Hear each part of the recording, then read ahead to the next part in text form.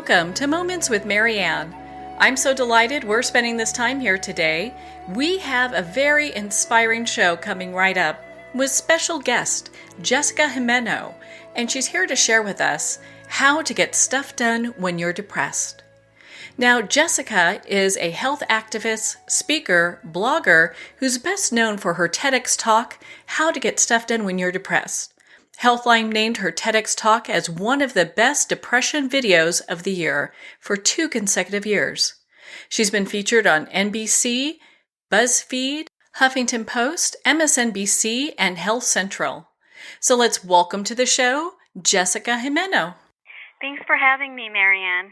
What an honor it is to have you here and to talk about this topic. There's so many people out there that are suffering from depression. I have to ask you, what got you so deeply involved in this topic? Well, a couple things. I was born with bipolar disorder, and so I struggled with bouts of depression throughout my life. The earliest I could remember, I was 8, but I didn't have a vocabulary for mental health, so I didn't know what I felt was depression. And I tried to get help in my teen years, but I was just told by the adults in my life, this is just teenage angst, this is nothing, and it'll pass. And this is part of why I feel it's important to give children a vocabulary for these problems before they happen, because you can't ask for help when you don't really know what's wrong with you, right? You don't have a vocabulary. But when I was a freshman in college, a friend of mine who had bipolar disorder died by suicide. And when she died, the pieces started to click. And it was like, wait a minute, she had these symptoms and she was the only one who understood this part of my life. And so I started researching the illness, and I saw the campus psychiatrist to get help, and she diagnosed me with bipolar disorder, and I saw a second doctor for a second opinion that confirmed I have bipolar 2. So that was part of it. And then also I think therapy and medication helped me a lot, and I'm so grateful for it, but it didn't teach me how to get stuff done when you're depressed. And so I wanted to graduate from college. I was a student at Northwestern, and nobody had really taught me the tricks for, say, what do you do when you're depressed and you have this, 20-page paper to turn in. You have a thesis. What do you do? And so I was experimenting, trial and error, finding what works, and eventually I built up a system for getting stuff done if you struggle with recurring depression. Because I think that any chronic condition, if you have a goal, it's like getting 1,000 red lights and you want to get there. And so I just want to help people not give up on whatever their dreams are. And that's so important. And I was so shocked to hear that depression is the second largest disability. Yeah, a lot of people don't understand that. And I think part of it is we just don't have a vocabulary sometimes for it, about how it can be debilitating. And when you have a visible disability, well, actually, I carry a cane for visible illness, so it's not always the case that people are understanding, but it's not. I know, having lived with bipolar my whole life, there are people who didn't get it, who didn't get why depression could be debilitating until something happened years later in their life and they had depression, because it's hard to see, right? And so sometimes it's hard to put into words. So we need to have a couple things, as a society, a greater compassion and empathy for people. And also we need to teach ourselves self-advocacy skills so that we know how to ask for workarounds, whether it's the workplace or in a school setting, how to successfully advocate for yourselves with professors. Yeah, I think that's so important. Most people don't even know where to start when this kind of topic comes up, because you're so right. If we're talking about people who are depressed or maybe who are bipolar, a lot of times that's not something you can physically see. So how are I think there's a lot of misconceptions when it comes to that. Oh, yeah, there's misconceptions that people with invisible illnesses are lazy or they're not trying hard enough or they don't want it enough. And, so I've been on both sides of the looking glass as far as being a student. So when I was new to Northwestern and it was my dream to graduate from Northwestern, I I was a 19-year-old transfer student and I hadn't yet found the right medication for bipolar disorder. It took a year to find it. And that's another thing that people don't know is that oftentimes you don't find the thing that works right away. But I had missed one of my first midterms because I was depressed and the professor was going to fail me. And thank God I had my academic advisor that I was randomly assigned to because my major was political science. I had two majors, but she was an art history professor, and that wasn't either one of my majors. That was so far from what I was, but she was my randomly assigned academic advisor. She went above and beyond for me. This professor was going to fail me, and she said, this professor didn't know much about mental illness, and she explained what bipolar disorder is, but more importantly, she taught me how to advocate for myself. So I was given a second chance. I was allowed to retake the test, and I got an A minus in the class, and I I did really well at Northwestern. I graduated cum laude, but it was because I had someone like that in my life at a very pivotal moment when I was 19 who said who was able to articulate what was going on in my life and help me articulate it to people who had power over me. And that Yeah. was really a lot of young people don't have that, and some people you're just stumbling in the dark, and so people need people to show compassion and show them the way. And kind of help them with that. Is that some of the main goal behind being so vocal and having, because I know on your website you talk about, you've got a blog about fashionably ill as well, is kind of be Yeah, that person in the corner for people who are going through depression and mental health issues? definitely. I think that, well, fashionably ill is a play on the words chronically ill.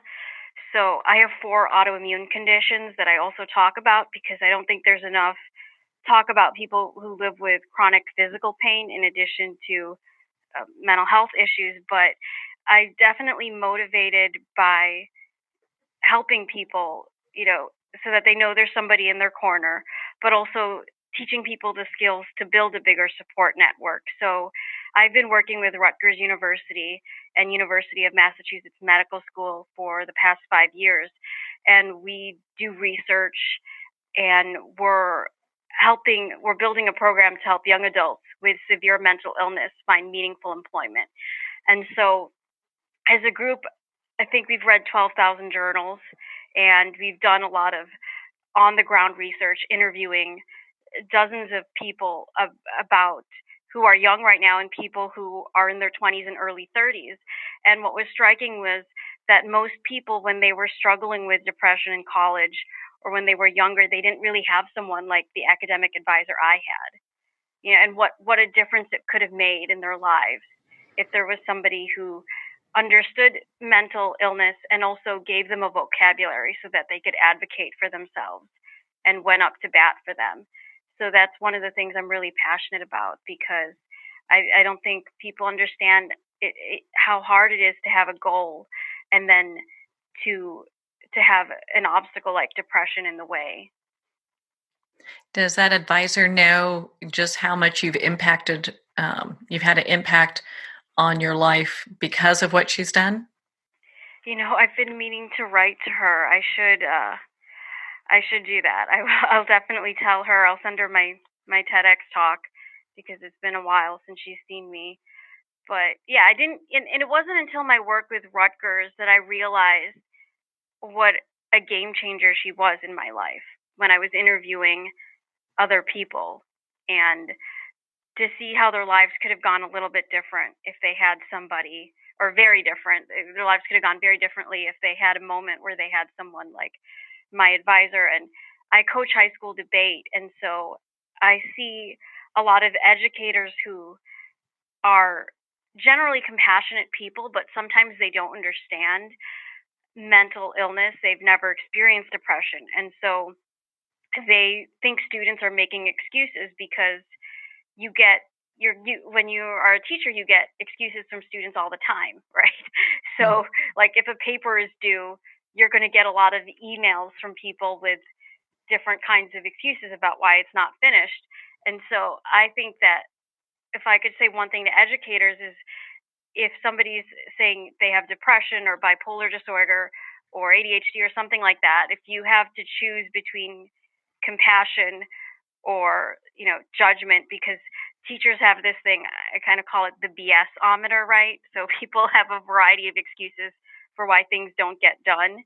And if you're going to fall on a side, I don't think you can go wrong if you fall on the side of compassion. Yeah. Well, and and having somebody in your corner makes such a huge difference. Excuse me. It You could does. see that in your life. And, I have to tell you, I really applaud you. I mean, being able to not just talk about this, but also be the advocate, helping people have this greater conversation around mental health and disability, I think is really needed. Yes, yes. I think that there's a lot we don't. Um, it's hard for people sometimes to picture a reality that's different than their own, and Hmm. so sharing those stories is important and listening to each other. Well, your TEDx talk, and that was one of the things that I found so inspiring by you, is just it was very candid. There's a lot that you shared, and I felt that it gave another light onto the mental health and disability discussion that we're kind of having as a society, but I know it's expanding. And I know Healthline named your TEDx talk as one of the best depression videos of the year for 2 consecutive years, and you've had over 1 million people view it. I mean, it's getting a lot of traction because a lot of people can identify with this, is what I believe. Yeah, it was. People write to me from around the world almost every day. I get a message on Instagram or Twitter or Facebook or some other social media platform or an email, and people share with me their stories. And I think what they could relate to was, I think there's this tendency when we talk about. So I used to work in mental health nonprofit, and I am an online health activist, and a lot of people talk about health issues in silos. So they'll talk about depression, but they won't discuss like chronic pain. When it's obvious that if a person has chronic physical pain, let's say lupus or fibromyalgia, or like in my case, I have myasthenia gravis and I Hmm. have endometriosis, that's obviously going to be a mental health issue too, and it's so people, there's all these silos, and we don't really reach out of our bubbles. There's an awareness month for this, there's an awareness month for that, and we're not really finding those connections. And we're more connected than we think we are. And so I think that's one of the things that touches people about the talk. Yeah. Well, and for people who do not suffer from mental health or disability issues, it gives a great insight so people can develop compassion for those who are going through that. Absolutely. Yeah. So, well, and I know in your TED talk you explained kind of what it's like, going through depression and having to do this research and find these things out for yourself. I mean, you really, while you've had that one counselor that was helping you, you really had to be your own advocate along the way as well. Yes, I think that everybody is different. So one thing that has helped me a lot is bipolar mood tracker apps. Hmm. So, the other day I was feeling depressed, and, depression can lie to a person. It can say, you've always been depressed. This is how it's always been. You'll always be depressed. You've always been depressed. And so the mood tracker apps on my phone, I use Dailyo, and that's the one that I was using, and I actually did a YouTube video on how to use bipolar mood tracker apps on my YouTube channel. But what they help me, so Dailyo helps me remember what helps me when I'm going through a depression, what helps me get out of it. And so I looked at my Dailyo app and the top 5 activities that can help me get out of this. So I really committed myself to doing those things. Like exercise is one of those. So exercise, taking a shower is really important. I do light box therapy, Hmm. which is another tool for fighting depression that a lot of people are not aware of. And I listen to black gospel music, specifically that genre. It's really uplifting. And then I watch Days of Our Lives. So those are like my top five things. I'm like, okay, what can I do? I'm like, I'm gonna push myself to exercise. If I can't do all five, can I do like three out of five of these things? And it does work. My mood started to lift after a few days. I really committed myself to doing those things, and like Dailyo will group activities together. So like you want to be in the mood green or yellow, purple's in the middle. So if you've been like bad is blue and gray is awful. So Hmm. I'm trying to get into the green zone again, and green is good. And so Daily will be like, these are the things you do, these activities on good days. These activities usually go together. And so I was like, okay, I could listen to a song, I could listen to black gospel music on Pandora that doesn't take that much effort. Well, it gives you some really actionable things to Yeah. do, and I think everyone's looking for those kind of things because everyone gets to a point where maybe they're having a day that's not quite going as well as they'd expect, or they're having some difficulty, or they're really suffering from depression and different mental health issues. It's nice to be able to know you can take these actionable steps to work your way back to that green. Yes, absolutely. There's things you can do, and sometimes you need that visual, tangible reminder in front of you.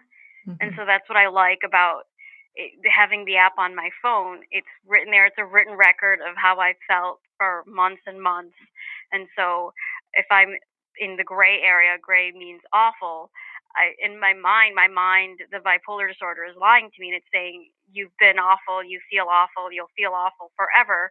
And then I have this chart on my phone, and it's like, wait a minute, that's not true.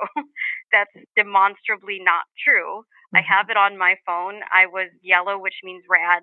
I was, rad a couple weeks ago. I was green, and I was somewhere in the middle, purple. It hasn't all been gray, and it's nice to have kind of like a roadmap. Okay, what things am I going to do so I can get back to a green place or a yellow place? How can I get back there? Well, I think that provides a lot of hope and inspiration for people who are looking to make those changes. Because a lot of times, from what I understand, and I'm by no means an expert on any of this, and just from what I've read and what I understand, is when someone's going through depression, it just feels like they're wearing a dark cloak. And no matter what they're doing, it's really difficult to move from that spot. Yes, there's a malaise or a lethargy about depression. I think that it puts a gray tint on everything I paint. So I kind of see it through colors. Hmm. So depression kind of puts this like if you think about the Instagram filters, depression is an ugly filter. It's like Kelvin. I think like Uh-huh. Kelvin is the worst Instagram filter, right? So it accentuates the negative. So I'll do things like when I was depressed the other day, I when I went to bed at night, I forced myself to list out 10 things that I was grateful for, 10 things or people that I was grateful for. And I you can do like little things, right? So for example, in my top 5 activities, one of them is watching Days of Our Lives. That makes me feel better. But Hmm. exercise is another thing, showering. Exercising and taking a shower are harder than watching Days of Our Lives. Like I could start with Days of Our Lives and listening to some black gospel music and work my way up to doing 20 minutes of Pilates, or, taking a shower, brushing your hair, that kind of thing. When you When you're working through this, are there other tips that you would give our listeners to kind of think of as they're working themselves through these layers? I think um, know what lies depression tells you, because it's different for everyone, right? So some people, when they're depressed, they have low self-esteem. Some people, when they're depressed, they feel like there's no love in the world. Nobody loves them. And so what I used to do is I would write down the lies depression would tell me and the truth, the corresponding truth. And so I would have the truth to look at, like there are two columns, and I knew what was coming.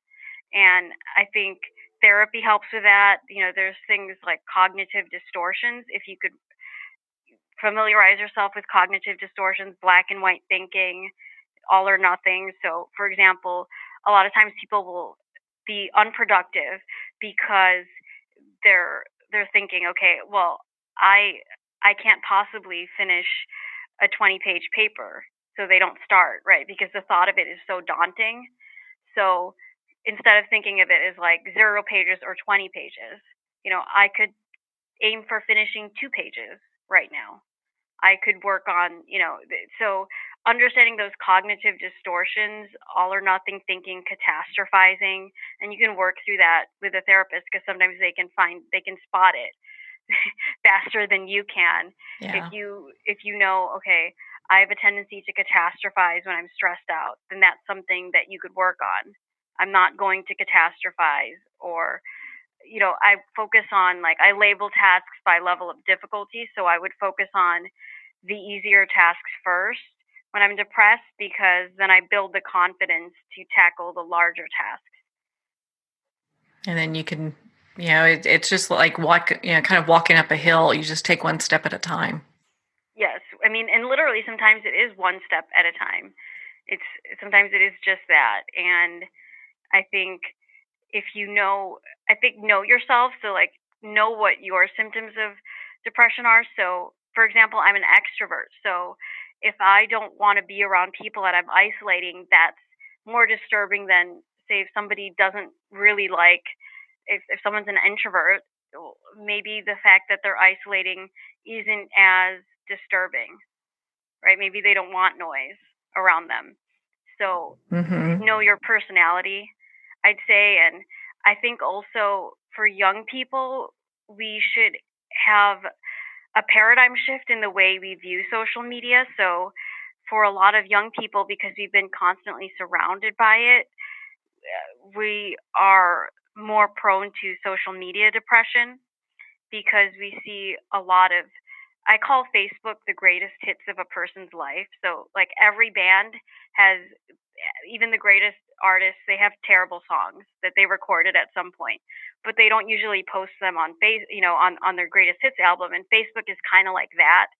So it's like it's filled with, you know, people celebrating they got the job, they nailed the job interview, they got an A on the paper, wedding pictures, engagement pictures. But people very rarely post on Facebook announcements that they're breaking up. You know, um, they rarely do this. So I meet people and they say things like, "I feel like I'm just treading water because everybody's doing so well. People look great, they're having fun," and I'm like, "That's just because that's what most people post. They it's very few people are motivated to announce devastating news to the world. You know, so to keep that in perspective, that not everything is real that you see on social media. And, Mark Twain said, comparison is the thief of joy.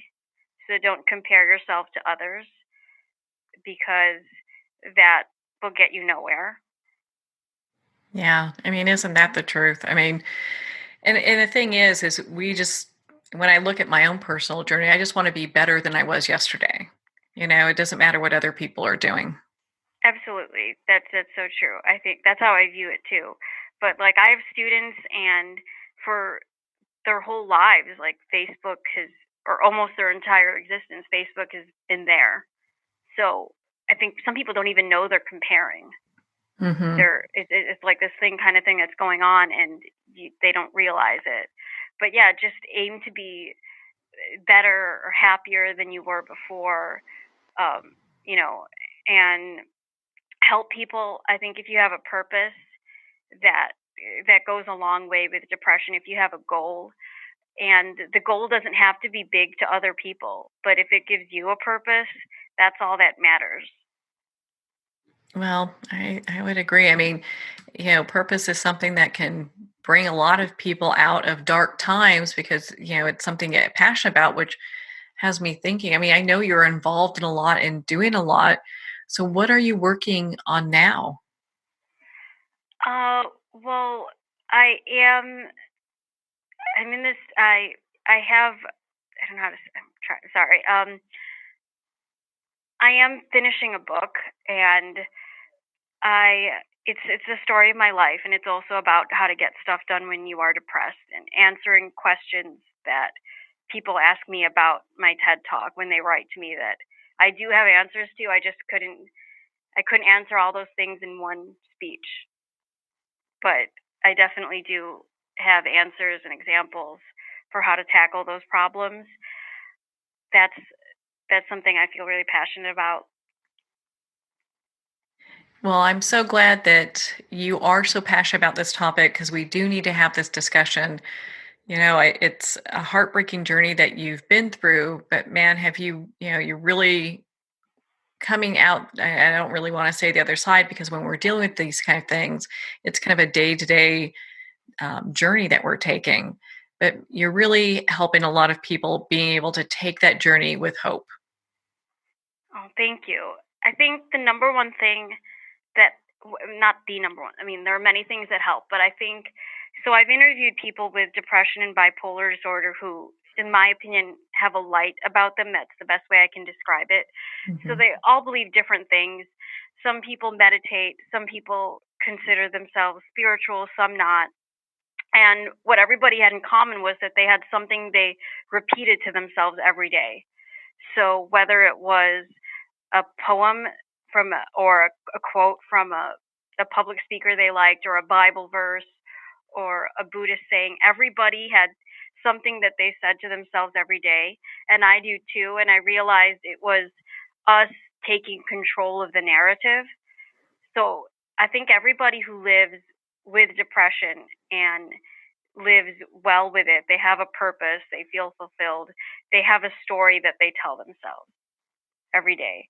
And so it's a way of taking back the narrative from something that can be unpredictable.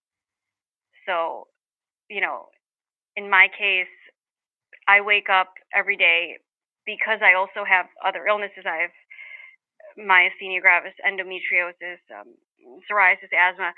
I am in pain. Like it's very exhausting, and so I'll wake up in pain, and there's literally not a moment that my body isn't in pain. So I'll wake up and I'll feel tired, but I will play Eye of the Tiger on my phone.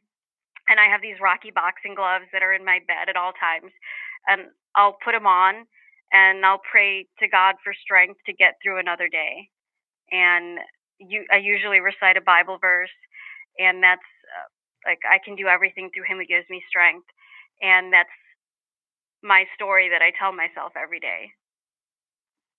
Oh, that is a beautiful way to start your day, no matter who you are. And my goodness, Jessica, you're such an inspiration, a light for so many people.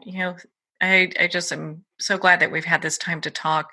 Where can people connect with you and learn more, not just about your TED Talk and your upcoming book, but the work you're doing and be involved in your community? Sure, there's a few ways that people can connect. Um, on YouTube, I have my own channel, which is just my name, Jessica Gimeno. And then I have my blog, Fashionably Ill, and the URL is my name, www.jessicagimeno.com. And people can sign up for my newsletter on there. So when people sign up for my newsletter, that's the best way to keep up to date with what I'm doing and things like when the book is coming out. And anybody who signs up for the newsletter gets a free gift. It's a it's a depression toolkit, so it comes with 10 strategies for getting stuff done when you are depressed, and scripts that help you talk to employers and professors to get essential workarounds so that you can be at your best. hmm And being able to be there. Well, Jessica, thank you so much for taking the time to be on the show with us here today. Thank you so much for having me.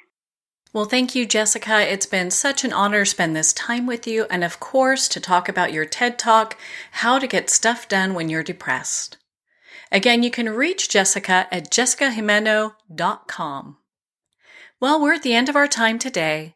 I would like to thank everyone for tuning in. You're listening to Moments with Marianne.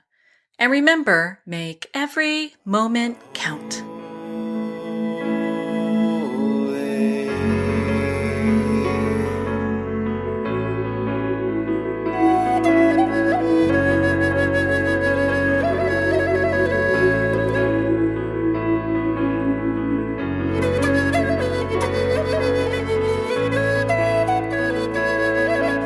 In a single moment, your life can change. Moments with Marianne is a transformative hour that covers an endless array of topics with the best of the best. Her guests are leaders in their fields, ranging from inspirational authors, top industry leaders, and business and spiritual entrepreneurs. Each guest is gifted and a true visionary, a recognized leader in her own work, and while teaching others to develop, refocus, and grow, Marianne will bring the best guest and sometimes a special surprise. Don't miss this. You never know just which moment will change your life forever. Moments with Marianne airs every Sunday, Monday, Thursday, and Friday at 8 p.m. Eastern and 5 p.m. Pacific Time. Make sure to tune in and visit momentswithmarianne.com for more information.